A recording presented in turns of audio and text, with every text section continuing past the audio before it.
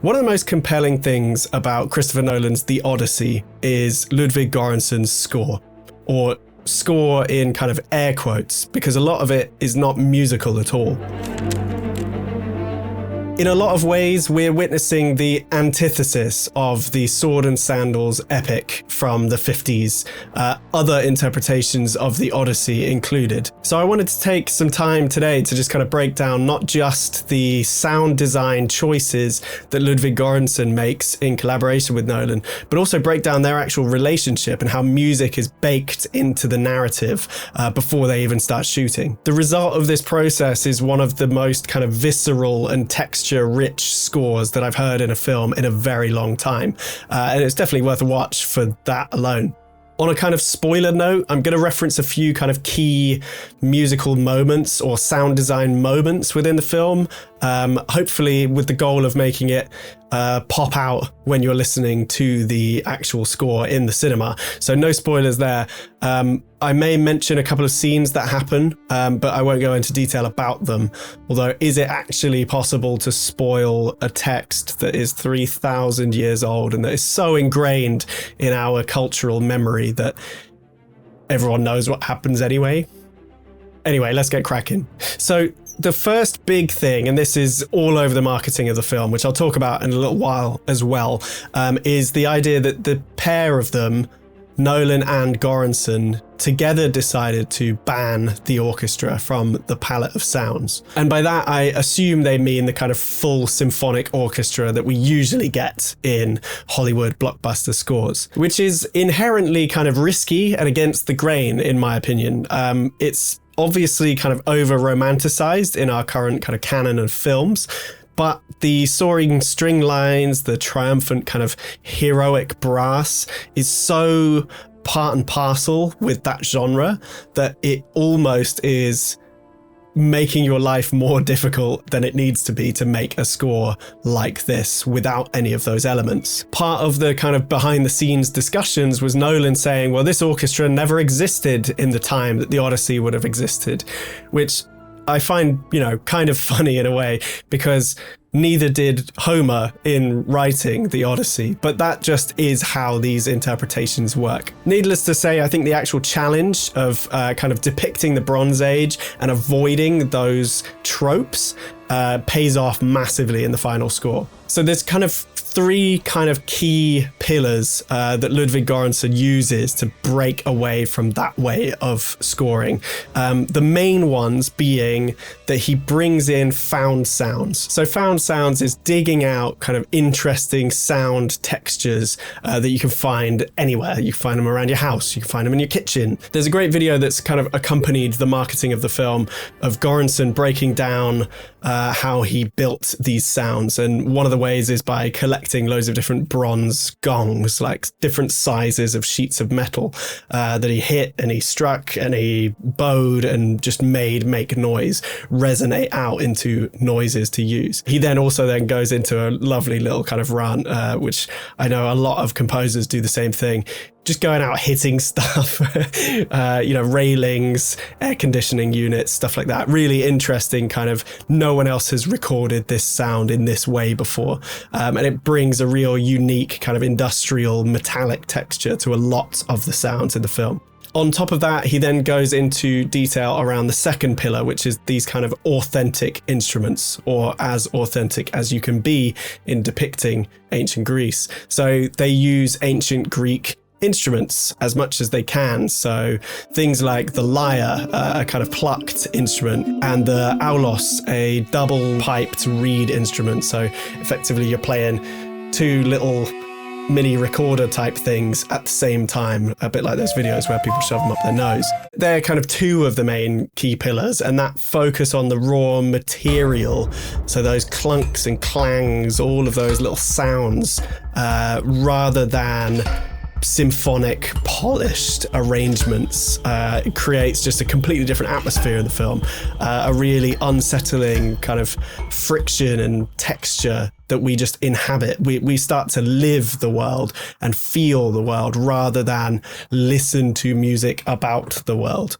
And it adds this kind of harshness that the rest of the film doesn't shy away from either. So the third pillar that I mentioned is the kind of hyper-modern production techniques that we associate with Ludwig Göransson. He's no stranger to producing kind of hip-hop music and trap music, as in the case of not only his work as a producer for other people, but also in scores he's already done. So things like Tenet have a lot of those really big kind of thumping 808 kicks and basses that we associate with trap and hip-hop. Those hyper-modern production elements are what make Ludwig Göransson stand out. And actually, I find it interesting that in all of the marketing and discussion, Nolan treats Ludwig like a producer of music just as much as a composer of a score, implying that Nolan keeps using him because he is able to create sound and shape sound, not just kind of write music, which I really like. I think it's a really kind of modern way of looking at the film score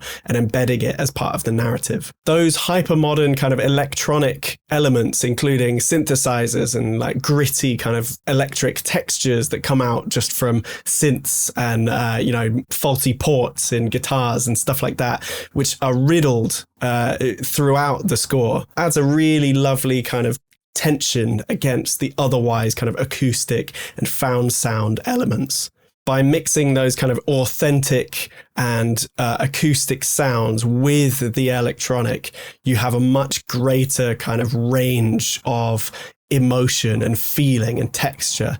So there's a moment in the film where big, hefty sub bass thumps through at the same time as a kind of ominous choral line is being sung, and it just, the friction gives you more than each of those elements could do in any one time, and you reach beyond what even the biggest kind of most symphonic orchestra could ever achieve, just by utilizing both of these textures at once. I think where this gets really interesting, though, is not just the kind of sound design that is in the film, but also the way that sound design is baked into the narrative writing of the film.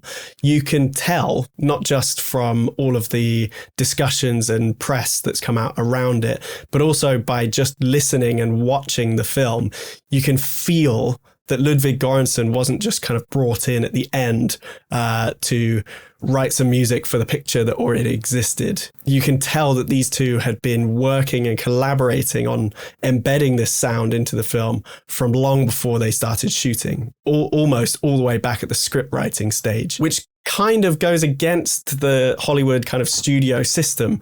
A composer may be brought in at the last minute. I always think back to that horrible statement that Michael Giacchino was brought in right at the very end of Rogue One, for example, just to kind of patch up all the things that the last composer couldn't do. That sounds horrible. It sounds like there's no kind of creative link between the music and the picture, and there's no dance of those two kind of units together. Whereas in the case of Odyssey, Ludwig Göransson and Christopher Nolan were in discussion during the making of the script. So there's loads of lovely moments in the film where you can see that almost on the page, a musical motif or a moment or a sound is written in. The big kind of example, or the most flashy, obvious example in the Odyssey when you go and see it, is the pluck of Odysseus's bow. He plucks it and we get a lovely kind of lyre ring out a note similar to it. And in doing that, you kind of embed that sound as part of the narrative, and it comes back, crops up a few times, and that becomes sort of like a leitmotif for the character. So a leitmotif being like Darth Vader's theme from Star Wars. This is just a non-traditional one. It's a sound leitmotif rather than a kind of musical line. And you can feel when that's written into the script, you can feel it come back with the character. And that's a thing that Nolan is very good at working with his composers to do, just to really embed that sound as part of the narrative. One of the other things that Nolan is kind of infamous for is the dialogue in his films, and how often he deliberately kind of loses the dialogue into the mix of the film. Big example of that was crucial exposition being said in Tenet whilst Göransson's blaring sound, and there's water rushing past the camera in a boat scene with wind kind of chopping all around. You barely hear anything in the scene. This is almost like a characteristic of a Nolan film now. He values the experience and the sound of the film over the dialogue itself. And The Odyssey is 100% another example of that. Experientially, the film is optimized for in-the-moment feeling rather than listening and passing later. There's an insane scene that happens towards sort of the mid to end of the film. The crew have to kind of fight the wrath of Zeus. And in this case, oh my gosh, as the audience, you are also fighting the wrath of Zeus. It's near loud enough to hurt the audience. And there's a couple of moments in the film where it's designed to do that. The soundscape totally overwrites the spoken word of the scene, and the story is just felt through osmosis and sound rather than through someone telling you what to feel or think. By letting that soundscape overwrite the dialogue, you let the audience have the subjective experience of being in the scene with the subjects rather than watching the scene. You can see this sonic approach, sound as emotion, in every part of the film, but one of the big kind of obvious ways is just the sheer volume of music that has been produced for this film. Cues in the film stretch almost endlessly over scenes, almost to the point of the entire runtime of the film. Some of the album releases of the tracks, which usually are kind of truncated, shortened versions of cues, just to fit better for album listening. Some of them are over 10 minutes long per piece. And the whole album culminates to roughly 2 hours of music. So a feature film's worth just of music. In film scoring, just glimpse behind the curtain, composers are often paid per minute of final music. So you don't make that much music by accident. It was intentionally designed to accompany over half the runtime of the film. So ultimately, I do think that Göransson and Nolan's work pays off massively in dividends. One of the best things about the film is its score. And I think that is mostly due to them deliberately going against the typical design of these films and creating a sonic landscape, like a soundscape for us to live in with the film that is just horrible to listen to a lot of the time. Really interesting and challenging and terrifying and texture first, dense with texture. It'd be interesting to jump into Ludwig Göransson's kind of sketchbook and hear the rest of the research and the scale of experimentation that he went through to make the pieces that appear in the film. But then I kind of think if you were to release a standalone album, it'd be really hard to unweave the sound from the picture. They're so tightly linked together. So, I mean, generally speaking, the film itself has some flaws for sure. It has some kind of typical Nolan pacing shenanigans. The sheer scope of it is very hard to cram into a film. And maybe that is me asking for a somehow even longer version of the film that we got in the end. But where it truly matters, that kind of emotional core of the story, the film and the score are both pulsing with life and energy.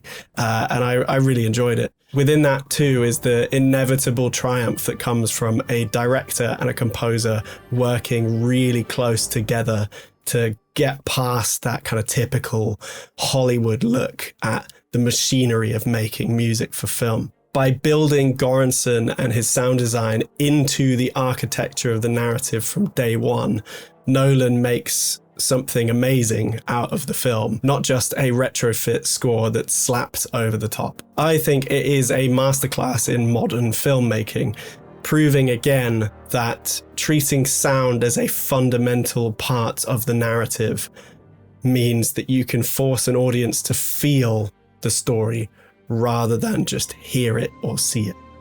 Right, and I warned you there was going to be a side note before we wrapped up.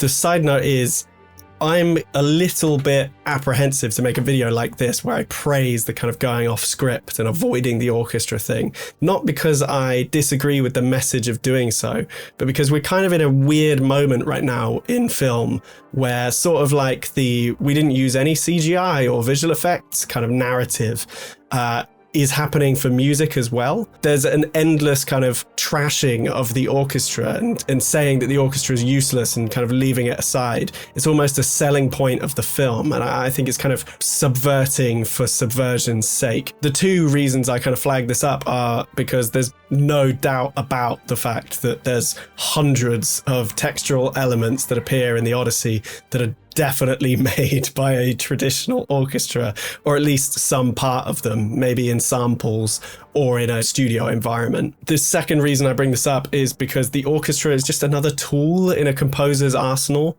And by throwing away the orchestra because of the sound we associate with it, that Western classical kind of overt symphonic sound, that's just one way of using that tool. It's not the only way of using that tool. In a symphonic orchestra situation, you have up to like 100 people playing 100 individual instruments.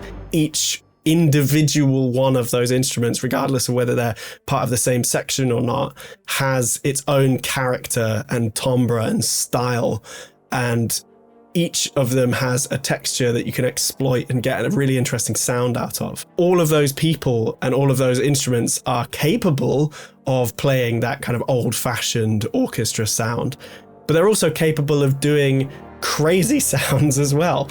And I think over marketing and over egging of the idea of, no, we didn't use any orchestra at all, is becoming a bit of a cliche, when actually we should be celebrating interesting uses of an orchestra just as much. I mean, Göransson himself uses orchestra in all of his scores, so why would he keep coming back to it if it was so crap anyway?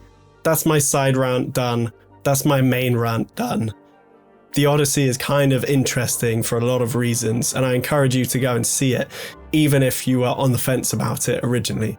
I think it does some really novel things in filmmaking, and while it may not be the best film ever made, it's definitely a great film experience to go and see and feel and live within for those precious kind of few hours that you're there. Anyway, thanks for watching. This is kind of a bit of a weird return to YouTube. I've actually been blogging on the side on my website, which you can find a link for in the description. Some crossover with the YouTube series. I'd like to make more of these. I do enjoy kind of talking about these things, honestly, more than I enjoy writing about them. It's just a time game and how much I can fit in. But thanks for listening anyway. Thanks for coming along on the journey. And yeah, I'll see you around.